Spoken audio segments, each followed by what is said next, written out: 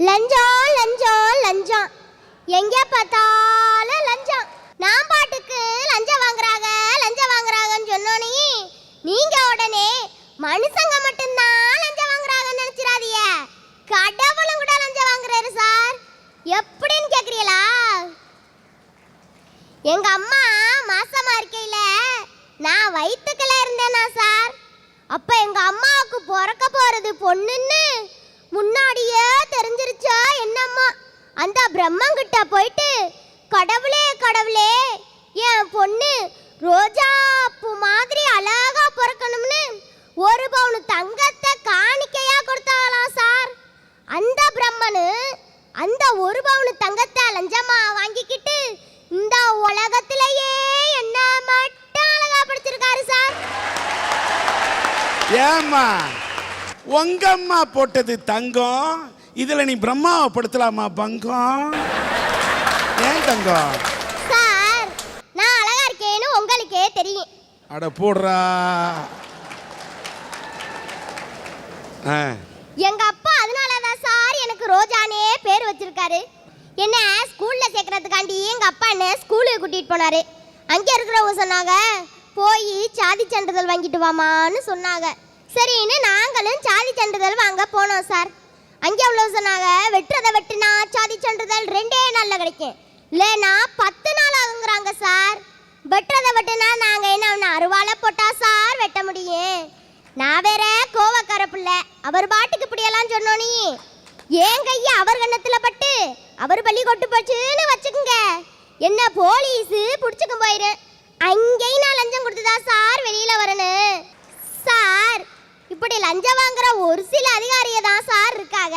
அவங்களும் லஞ்சம் வாங்காம இருந்துட்டா நம்ம நாடு வீடு முன்னேறிடும் சார்.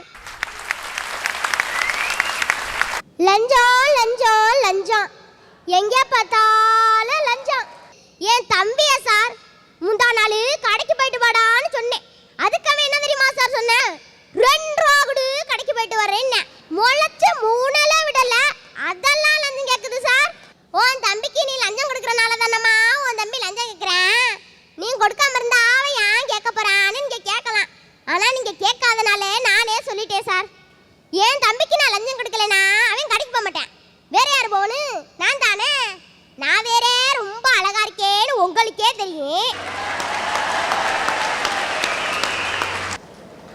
அவன் கடைக்கு போனா நான் தானே கடைக்கு போனேன். அங்கே 4 பேர் என்ன பார்த்து சைட் அடிச்சு அதுல ஒருத்தன் கடத்திக்கும் போயிட்டான்னு வச்சுக்குங்க, உங்க வருங்கால உலகலைய அட்லீஸ்ட் ஒரு மிஸ் இந்தியாவை நீங்க இப்பமே மிஸ் பண்ண மாதிரி ஆயிரும் சார். முளைச்சு 3 இடம் விடல, இதெல்லாம் சைட்டை பத்தி பேசினா நாடு எப்படி சார் உருப்பிடும்? அக்கா உங்களை மாதிரி ஆளுங்களை பார்த்துதாக்கா நாங்க இதெல்லாம் தெரிஞ்சுக்கிறோம். அக்கா இது பேசுறது ரொம்ப பக்கா. மிஸ் யூனிவர்ஸ் நானே தைரியமா நிக்கிறேன். மிஸ் இந்தியா தானே நீ, ஒண்ணு மிஸ் ஆக மாட்ட, கவலையே படாத. இவங்க 2 பேரும் அழகு அழகுன்னு பேசிக்கிட்டு இருக்காங்க. ஆனா இவங்க 2 பேரையும் எவன் கடத்திக்கிட்டு போறானோ அவன் கண்டிப்பா தற்கொலை தான் பண்ணிக்கணும். நீ ரொம்ப விவரமா இருக்கடா. இந்த பொண்ணு அழகுன்னு சொல்றது இந்த புள்ள உடம்புலையும் போடுற ட்ரெஸ்லாம் இல்லையா, அது மனசுல தான் அந்த அழகு இருக்கு.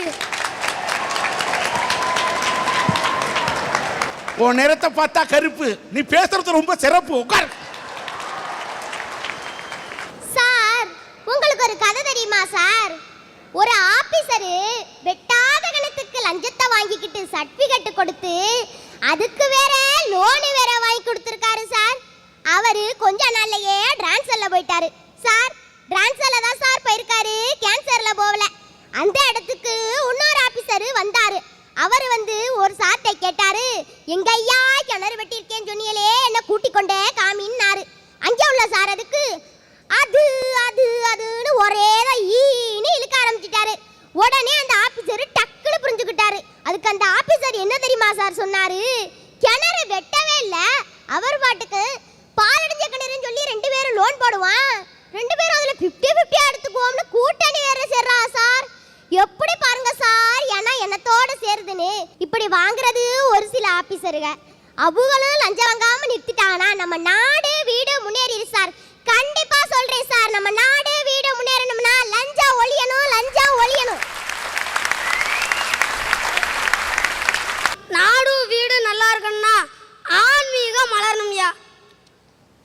முருகா முருகா குன்னக்குடிக்கு பக்கத்துல இருந்து பார்க்குறேன்டா என் அப்பனே முருகா. பேசுறா. உன் பேர் என்ன? மணிகண்டன். மணி. ஆஹா மணிகண்டா மணிமணியா பேசுறடா பேசுறா. சம்போ மகாதேவா, ஹரஹர சம்போ மகாதேவா. இது அன்னைக்குள்ள சாமியாருங்க மனசுல இருந்து ஆத்மா வர வார்த்தை. ஆனா இன்னைக்கு சம்பா சம்பா சம்பாதான், சம்பா பொண்ணு ரம்பாதான், சம்பா சம்பா சம்பாதான், சம்பா பொண்ணு ரம்பாதான் அப்படின்னு சில சாமியாருங்க ரிங்டோன் வச்சிருக்காங்கய்யா. என்னடா அவன் பார்க்க பொடிப்பைய மாதிரி இருக்கிறானே, இவன் ஆளா ஆன்மீகத்தை பத்தி பேச வந்துட்டானே, இவனுக்கு ஆன்மீகத்தை பத்தி என்னடா தெரியும் அப்படின்னு நீங்க நினைப்பிய. ஐயா நான் நினைக்கவே மாட்டேன். எனக்கு தெரியும், பொடியந்தான் பொடி வச்சு பேசுவான். அப்படியே இருக்கிறதுல இங்க யாராவது நினைச்சாலும் அந்த ஆன்மீகத்தை பத்தி பேசுறதுக்கு வயசு ஒண்ணு முக்கியம் இல்லையா, மனசுதாயா முக்கியம். ஐயா திருஞான சம்பந்தர்னு ஒருத்தர் இருக்காரு. அவர் தேவாரம் பாடுறப்ப அவருக்கு வயசு 3. வள்ளலார் ஆன்மீக சொற்பொழிவு ஆட்ட ஆரம்பிச்சப்ப அவருக்கு வயசு 9. குமரகுருபரர் மீனாட்சி அம்மை பிள்ளை தமிழ் வர்றப்ப அவருக்கு வயசு 12. அதனால இந்த பொடியனுக்கு ஆன்மீகத்தை பத்தி பேசுறதுக்கு 12 வயசு ஒன்றும் தடையா இருக்காதியா. ஐயா அந்த காலத்து சாமியாருங்கெல்லாம் தன்னோட சீரட்டை கேட்பாங்களாம், இந்த வாரம் நம்மளுக்கு எங்கெங்க ஆன்மீக பயணம்னு. அதுக்கு அவங்க சொல்லுவாங்களாம், திங்கக்கிழமை குன்றக்குடியில் முருகனை பற்றி சொற்பொழிவு ஆற்ற போகிறோம்பாங்களாம், செவ்வாய்க்கிழமை பிள்ளையார்பட்டியில் விநாயகரை பற்றி ஆன்மீக சொற்பொழிவு ஆற்ற போகிறோம், புதன்கிழமை ஸ்ரீரங்கத்தில் பெருமாளை பற்றி ஆன்மீக சொற்பொழிவு ஆற்ற போகிறோம்பாங்களாம். ஆனால் இன்னைக்குள்ள சாமியாருங்க தன்னோட பீரியட்டை கேட்பாங்க, இந்த வாரம் நம்மளுக்கு ஆன்மீக பயணம் எங்கெங்கன்னு. அதுக்கு அவங்க சொல்லுவாங்க, ஆன்மீக பயணம்லாம் ஒரு மண்ணாங்கட்டி இல்லை, நம்மளுக்கு இனிமே கோட்டிங் கேஸ்ன்னு தான் ஆன்மீக பயணம் வாங்கலாம்யா. மழை வந்த பின்னால கொடையை தேடுற மாதிரி தான் கஷ்டம் வந்த பின்னால நாம கடவுளை தேடுறோம்.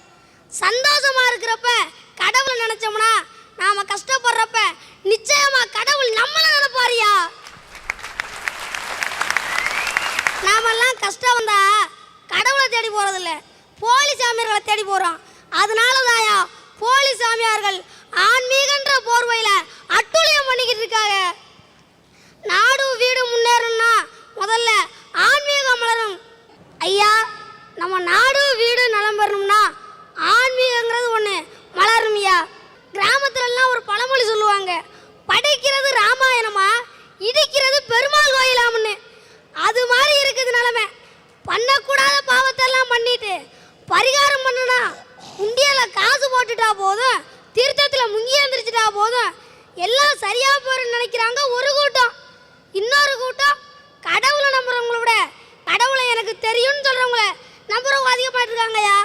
அன்னைக்கு ஒருத்தன் ஒரு வாத்தியார் கேட்டானா, நீ என்ன வேலைக்கு போக ஆசைப்படுறன்னு. அதுக்கு அவன் டக்குன்னு சொன்னான், நான் சாமியார் வேலைக்கு போக ஆசைப்படுறேன்னாமியா. ஆமாயா, இன்னைக்கு ஆன்மீகன்றது ஒரு தொழிலா போச்சியா. ஆன்மீகம் பெண்மீகத்தோட கலக்கிறதுனால தான் அதுக்கு ஆன்மீகம்னு பேர் வந்துச்சுன்னு எந்த சாமியாராவது இன்னும் கொஞ்ச நாள் டிவியில் பேட்டி கொடுத்தாலும் கொடுத்துருவாங்க போல இருக்குது. நம்ம நாட்டிலையும் வீட்லையும் ஆன்மீகங்கிறது இப்போ எப்படி இருக்குது, எல்லாரும் பண்டிகைனா புது ட்ரெஸ் போட்டுக்கிறோம், டிவியில் புது புது படம் பார்க்குறோம், நல்லா பலகாரம் திங்கிறோம். ஊரில் கோயில் திருவிழானா பக்கத்து ஊருக்கார 50,000 ரூபாய்க்கு வேட்டு போட்டால் நம்ம ஊருக்காரில் 1 லட்சத்துக்கு வேட்டு போகணும்னு வீம்பு பிடிக்கிறோம். ஆபாசமான டான்ஸ் ஆட ஆளை கூட்டிக்கிட்டு வர்றோம். இதுவாயா ஆன்மீகம்? உண்மையான ஆன்மீகவாதி யார் தெரியுமாயா?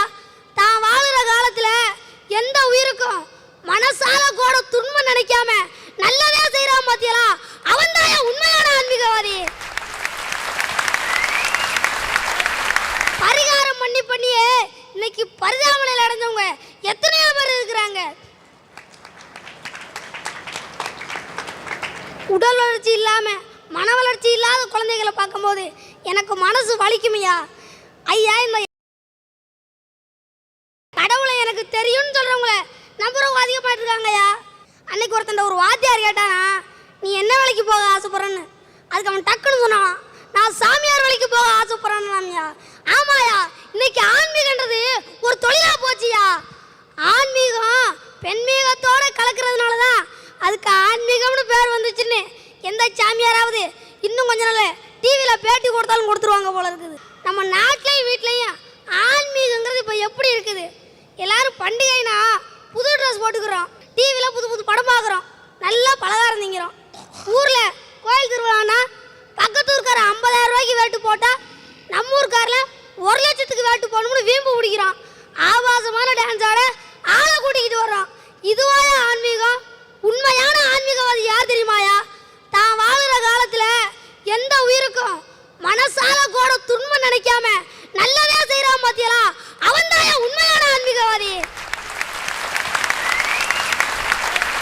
பரிகாரம் பண்ணியே இன்னைக்கு பரிதாபனையில் அடைஞ்சவங்க எத்தனையோ பேர் இருக்கிறாங்க. உடல் வளர்ச்சி இல்லாம மன வளர்ச்சி இல்லாத குழந்தைகளை பார்க்கும்போது எனக்கு மனசு வலிக்குமையா. ஐயா, இந்த எல்லா பிரச்சனைகளுக்கும் மூல காரணம் மனுஷன் தானே, கடவுள் இல்லையே. இன்னைக்கு வரைக்கும் நாமெல்லாம் வயிற்று நறுக்கிறதுக்காக இறைய தேடுறோம், ஆனா வாழ்க்கையை கொடுக்குற இறைவனை யாரும் தேடுறது இல்லையா.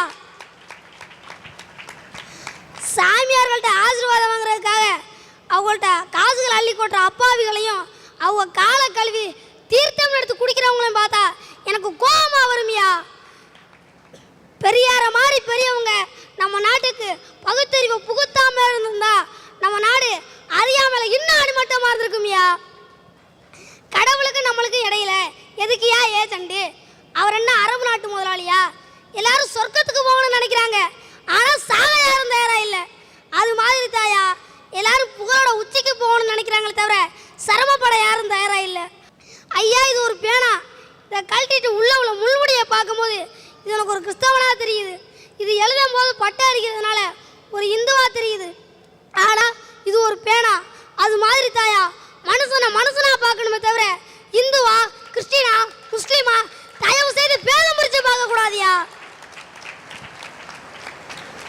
கடவுள் மதங்களுக்கு அப்பாற்பட்டவர், ஆனா மனித மனங்களுக்கு நெருக்கமானவர்யா.